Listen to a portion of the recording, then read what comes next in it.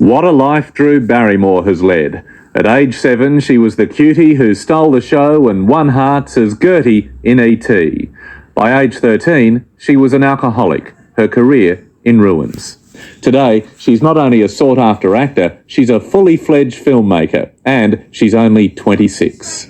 Drew Barrymore has not only survived, she's prospered. As I discovered, this once troubled teenager has grown into a sparkling woman with the gift of the gab and a love of gifts.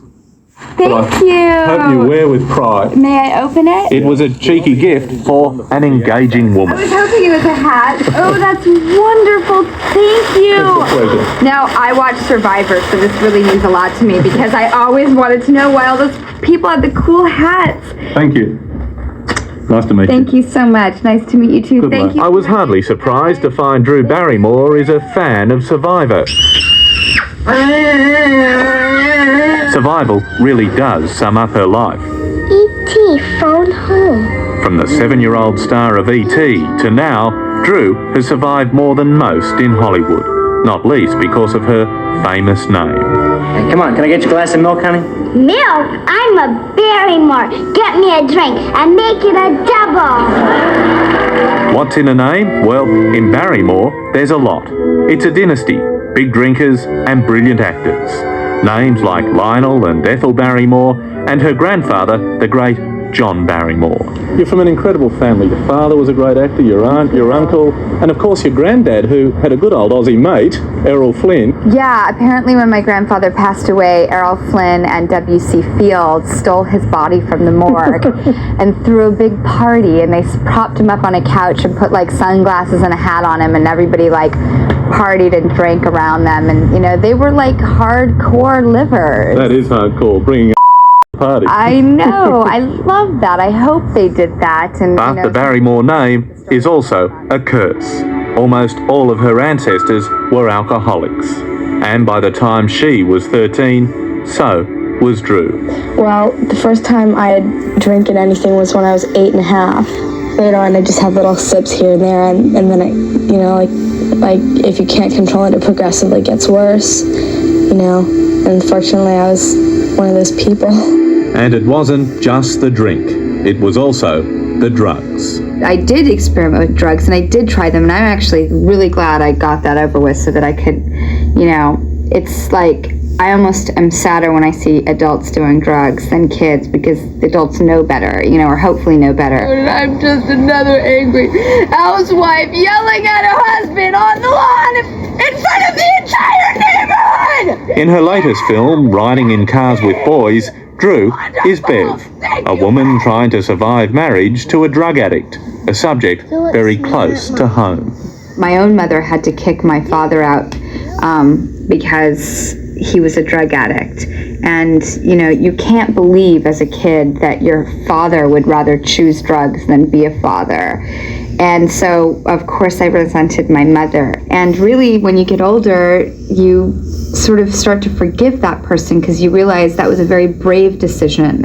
And it was for the sake of her child so that they would have a better chance of survival. And So can I suggest, was it a therapeutic journey for you, a journey that gave you some clarity about your It really life? was, because I think that it's so interesting that when you're raised by a single parent, you usually resent the one who's there, and you idealize the one who's gone because they're not there to make mistakes. I'd never really been in my mom's shoes, whether it was because I haven't been an adult woman yet, I'm becoming one, and I think this film pushed me further into adulthood than any other experience in my life. I am your mother, and that means you're not allowed to stay mad at me. It's the most adult role yet for this former child actor, a young mother struggling to raise and love her son. Sometimes I don't know if I really, really love him or I have to love him. I think that every person on this planet has probably questioned if they love their family at one moment or another. And hopefully the conclusion is yes, and they work and make that love work. Did you question that as a young girl? Sure, I question if I love my mom, if I love my dad, if they loved me. Tough questions to ask yourself. Yeah, really tough. You know, did I do something wrong that my dad doesn't want to be around me? Am I such a repellent person that I drive everyone who gets to know me to the furthest mountain that they can run to. And I still question that sometimes, but I'm slowly coming to the conclusion, hopefully not, and hopefully there's, you know, a lot of love I have to give, and happiness and laughter and like stability. So good for you. Thank you. I try really hard. Relationships take a lot of work. Do they ever? Family, friends, and lovers. I think it probably takes most of your energy in this life, but it's so worth it.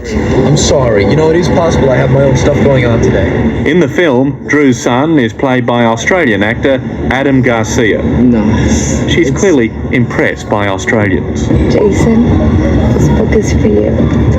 He has a wicked sense of humor. He really does. And he is just so handsome and wonderful. And Are you getting that feeling about me, so handsome and wonderful? I am, actually. I was just kind of shy about it. Adam and I know each other a little bit better, so I feel comfortable, but the more we get to know each other, the more I'll start complimenting you. And I'm not slurping. Ah, the other side of Drew Barrymore. Disarming Drew. Gibby, what's up, girlfriend? Clumsy Drew.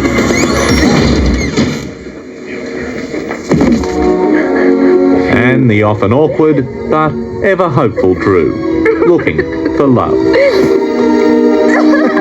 I think that everyone feels awkward and has the most profound need to be loved. And I love the fact that I feel like such a scathing geek. I'm such a I'm so awkward. I want to be so cool. We call that a Australia. I am such a I'm telling you, I love that expression. I'm learning really good expressions from you today. Wait. I got something to tell you. By the time this is over, every one of you is going to be face down on the floor. Then, of course, there's Take Charge Drew, the no-nonsense action chick in Charlie's Angels. And that's kicking your... It looked like you loved every minute of it. Are you kidding? To be like a tough, like in touch with her and is totally cool, and this is not me. I was having the time of my life playing this person. I love to believe I could take down a room full of men. I would love, not that I want to have anything against men, because I love men.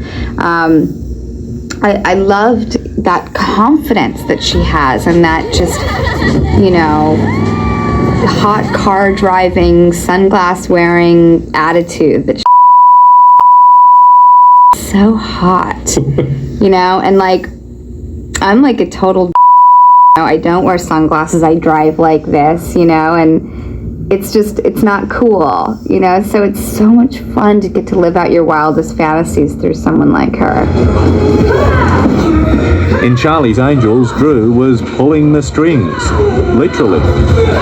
Not only was she the star of the show, she produced it. Feels so good. That movie was a blockbuster.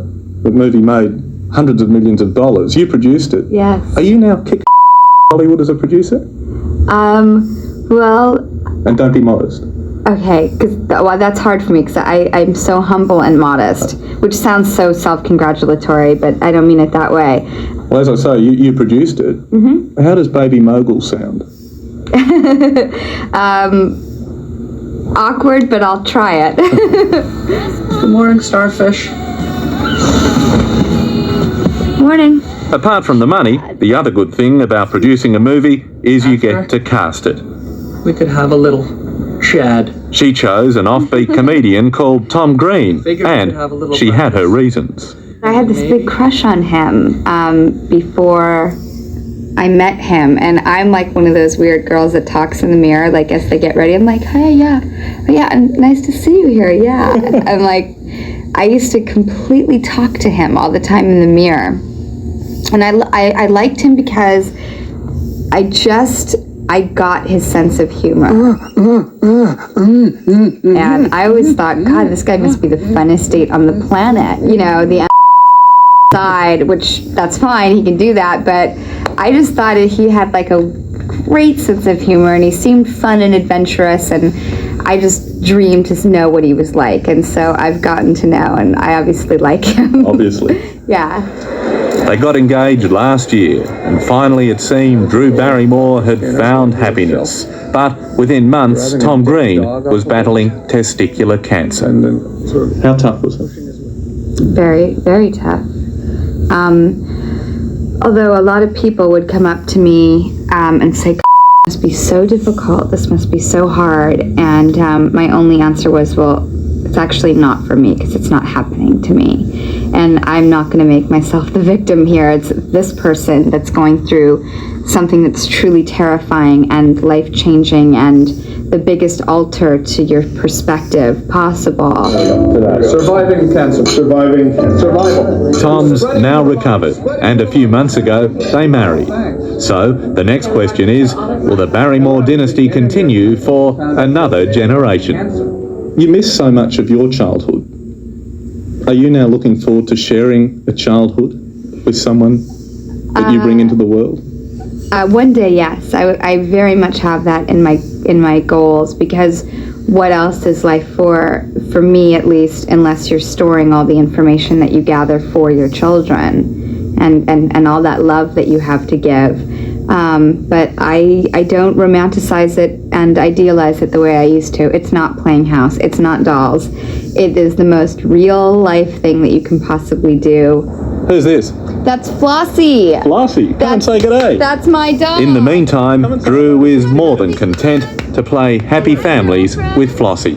Hello, Hi, beautiful. girlfriend. In fact, at 26, and after all she's been through, content is what Drew Barrymore finally is. Perfect. Do you feel now that you are finally living the life that you want? Without any question, yes. I am so glad that I get to live the life I have. I love my life. I love my husband. I love my job. I love my friends. I love my dogs. I can't believe that I'm a responsible, functioning homeowner who knows to brush their teeth before they go to bed and who's in control of my life. And I am so absolutely in awe of every day and aware of how wonderful this world is, and to appreciate it and to protect it. So that's how I feel. Drew Barrymore, thank you. Thanks. My pleasure. Thank you.